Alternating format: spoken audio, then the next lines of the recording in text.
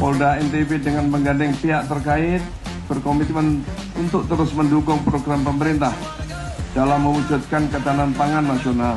Saya berharap melalui kegiatan Tanam Raya ini dapat semakin memperkuat sinergi dan kolaborasi lintas sektor dalam rangka meningkatkan produksi jagung serta memperkuat posisi Provinsi NTB sebagai salah satu lumbung jagung nasional.